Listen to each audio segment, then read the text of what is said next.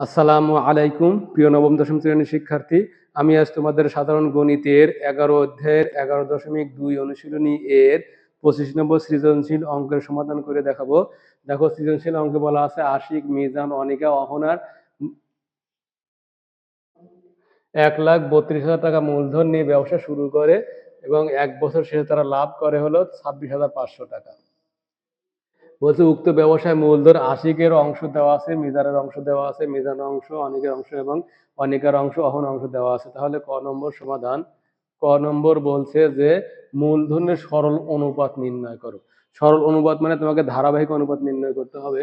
তাহলে এখানে দেওয়া আছে হলো আশিকের অংশ, আশিকের অংশ অনুপাত মিজানের অংশ, মিজানের অংশ ইকুয়াল টু আশির অংশ মিজানের অংশ দেওয়া আছে 2:3। আবার দেখো মিজানের অনুপাত ও অনিকার অনুপাত, মিজানের অংশ অনুপাত অনিকার অংশ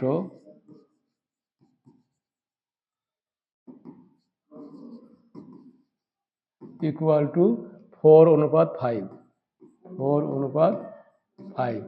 আবার অনিকার অংশ অহনার অংশ, অনিকার অংশ অনুপাত অহনার অংশ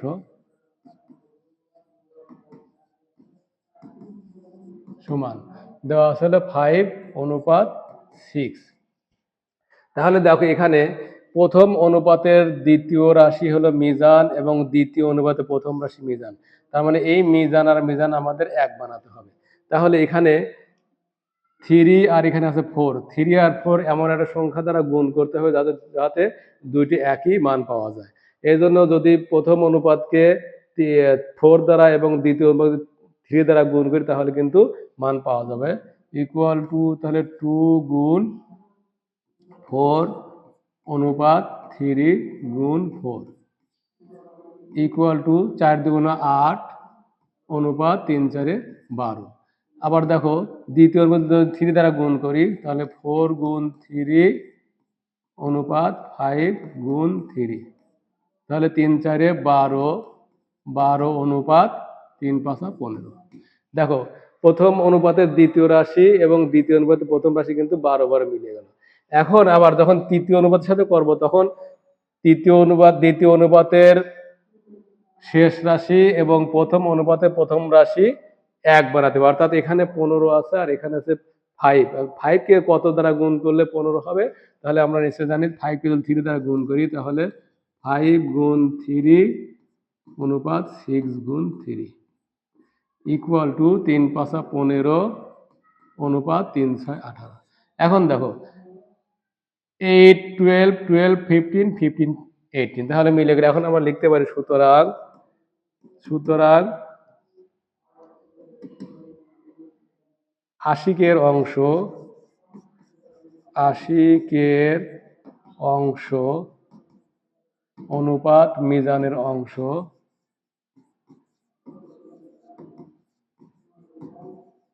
অনুপাত অনিকার অংশ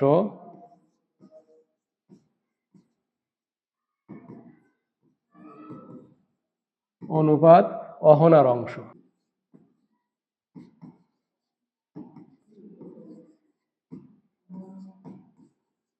ইকুয়াল টু, তাহলে দেখো এখানে 8 আছে 12 আছে, এখানে 12 মিল গেলে 12 বাদ যাবে অর্থাৎ 8 অনুপাত 12। আবার দেখো এখানে 15 মিল আছে তাহলে একটা 15 হবে 15 অনুপাত 8।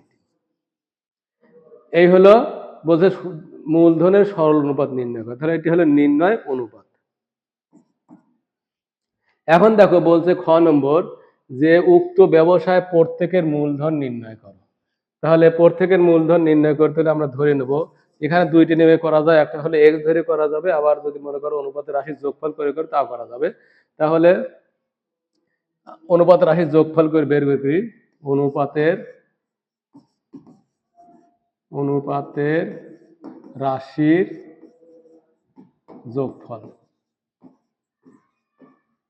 Equal to 8 plus 12 plus 15 plus 18 equal to 3।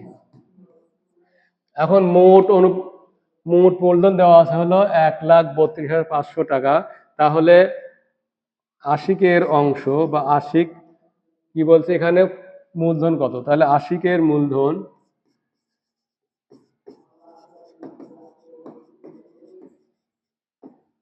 Equal to মোট হলো 1,32,500, 1,32,500 এর, যেহেতু এখানে আশিক বলা আছে তাহলে আশিকের অনুপাত হলো এখানে 8, তাহলে 8 ডিভাইড বাই টোটাল 53 এত টাকা ইকুয়াল টু, তাহলে যদি ভাগ করি 132,500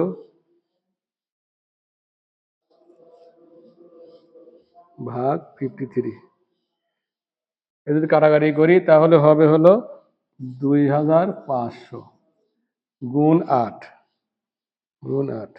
20,000 টাকা।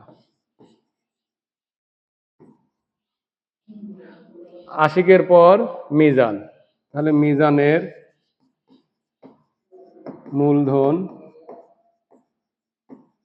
ইকুয়াল টু 132,500 এর, তাহলে এখানে মিজান হলো দ্বিতীয় অংশ, আশিক অংশ মিজান তাহলে 12 ডিভাইড বাই টোটাল অনুপাতের রাশির যোগফল 53, যদি কাটি তাহলে 2,500 এত টাকা ইকুয়াল টু 2,500 গুণ 12 30,000 টাকা।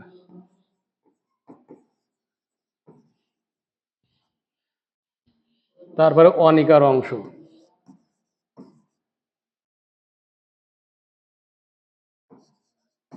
অনিকার মূলধন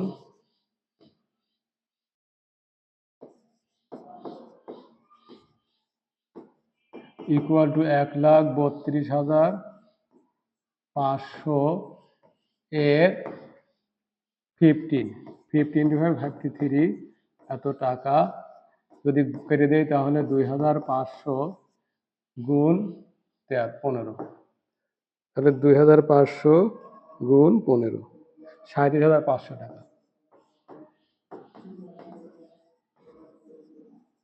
এবার অহনার মূলধন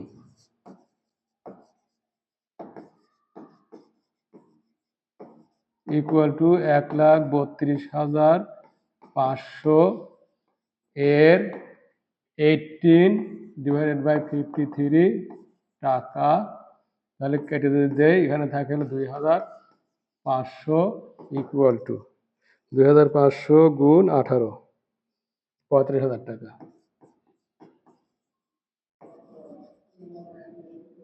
আশা করি সহজে বুঝতে পেরেছো। এখন গ নম্বর দেখো, গ নম্বর বলছে বছর শেষে লভ্যাংশের 60% উক্ত ব্যবসায় বিনিয়োগ করা হলো। তাহলে লভ্যাংশ ছিল কত 26,500, তাহলে বিনিয়োগ করা হলো 60%, তাহলে দেওয়া আছে লভ্যাংশ সমান 26,500 টাকা। ব্যবসায় বিনিয়োগ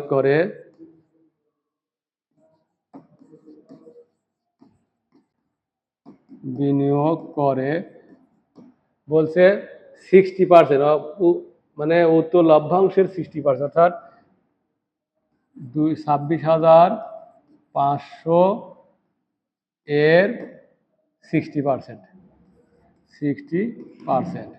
ইকুয়াল টু, তাহলে 26,500 এর 60 ডিভাইডেড বাই 100, এই শূন্য দিয়ে কেটে দাও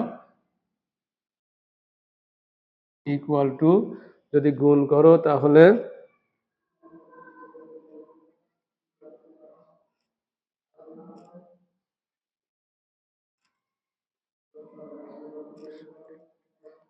15,900 টাকা। তারপরে কি বলছে দেখো, অবশিষ্ট লভ্যাংশ মূলধনের সরল অনুপাতে বিভক্ত করা হলে অবশিষ্ট লভ্যাংশ, যে লভ্যাংশ হলো তার অবশিষ্ট, তাহলে লভ্যাংশ অবশিষ্ট থাকে, অবশিষ্ট লভ্যাংশ ইকুয়াল টু, লভ্যাংশ ছিল হলো 26,500, 26,500 থেকে অবশ্যই বাদ দিতে হবে, অর্থাৎ 15,900 টাকা ইকুয়াল টু, তাহলে 26,500 বিয়োগ 15,900, 10,600, 10,600 টাকা। এখন কি বলছে, লভ্যাংশ মূলধন সরল অনুপাতে বিভক্ত হলে অহনা ও আশিকের লভ্যাংশের মধ্যে কে কত টাকা বেশি পায়। তাহলে কিন্তু বলছে সরল অনুপাতে, আগে যে সরল অনুপাতে বিভক্ত করা ছিল সেই সরল অনুপাতে, ছিল হলো, দেখো,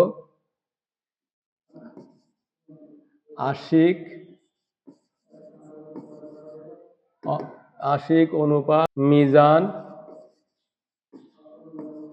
অনুপাত Anika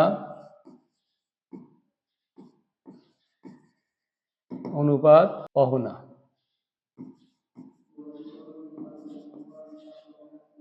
equal to 8:12:15:18।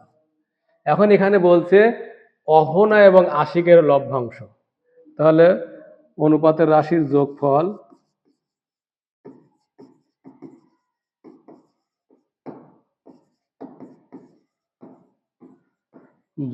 Equal to 8 plus 12 plus 15 plus 18 equal to 53, যা আমরা খ নম্বর করেছি। এখন বলছে উক্ত লভ্যাংশের অহন এবং আশিক, তাহলে লভ্যাংশের অহনা পায়, তাহলে আশিক মিজান অনিকা অহনা, অহনা হলো 8 ইকুয়াল টু লভ্যাংশ হলো 10,600, 10,600 এর 18/53 টাকা।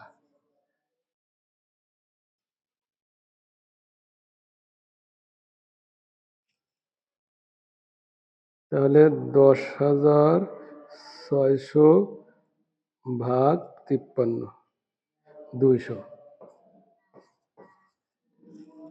গুণ 18, 3,600 টাকা। এবার হলো আশিকের অংশ, লভ্যাংশে আশিকের অংশ, আশিক পায়,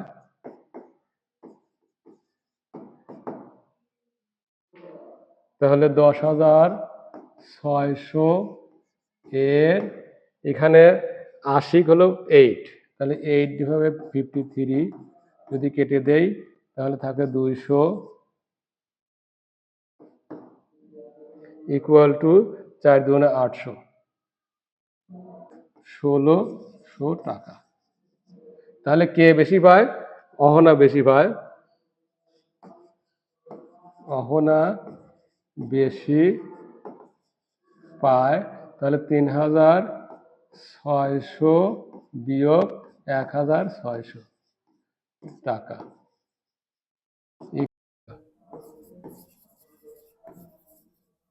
তাহলে অহনা বেশি পায় 2,000 টাকা। আশা করি বুঝতে পেরেছো। আমার পরবর্তী পাঠ দেখার আমন্ত্রণ এখানে শেষ করছি। আসসালামু আলাইকুম।